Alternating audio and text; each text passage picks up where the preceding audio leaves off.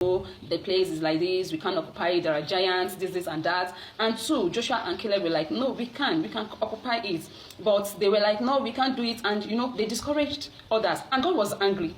Like, are you these people? I have shown you a lot of miracles, I've done a lot of wonders, and yet you could still not believe me, you could still doubt.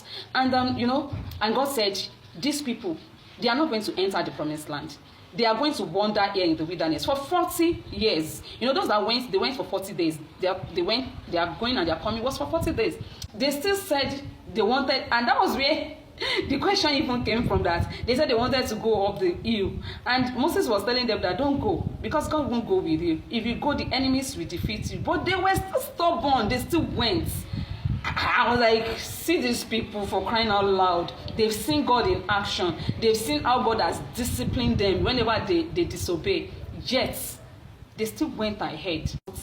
Who is more stiff-necked? Fine, Pharaoh is kind of understandable. Pharaoh does not know God. Pharaoh is like an atheist. Somebody that does not know God. So it's understandable if he's stubborn. Besides, God also said that he's going to harden Pharaoh's heart. So Pharaoh being stubborn is understandable, but the Israelites, they know God. Yes, they have leaders. I was having this discussion with a friend this morning, and my friend was like, it's kind of understandable because it was Moses and Aaron that was being given the law. I said, yes, it is true, but that is why they have leaders. We children of God, it wasn't the very first day that we know God, that we accepted Christ, that we know him. That's why we have leaders to lead us, to teach us, to train us, to show us the way of the Lord. And that was what these people did to them. They were showing them the way of the Lord. Yet, in fact, they didn't just see the way of the Lord, they see God in action. Yet, they were so stubborn. Then, what are the consequences? Most of them didn't enter the promised land. They died in the wilderness. And they were delayed. Instead of them to enter the promised land, they were delayed. And they wandered in the wilderness for 40 years. They were plagued. They died. They suffered.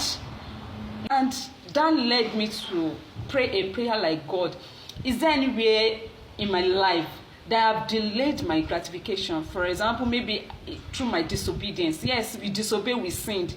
We'll say we are in the era of grace. Maybe it is God. If I sin, I can talk to God. I can ask for forgiveness of my sin, and He's a graceful God. He will forgive me. Yes, He will. But there are some things that those sin of yours are taken away from you. Okay? I want you to read that Numbers 14 and 15 very well. God will discipline. In fact, it was part of what Moses talked about in that chapter 14. He said, you don't leave the disobedient people, the sinful ones, unpunished. He said, you are the Lord that punished the father, even to fourth generation. Okay? That is God for you. He will forgive you. He will have mercy on you. But you will consequence. You will suffer the consequence. So I had to pray that prayer like, God, is there anywhere I've been delaying my gratification due to my disobedience, my ungrateful attitude, or my stubbornness? I want you to think about this and also pray that prayer. I pray that the Lord will have mercy upon us. We will not be stubborn children. See you next time. Have a lovely day.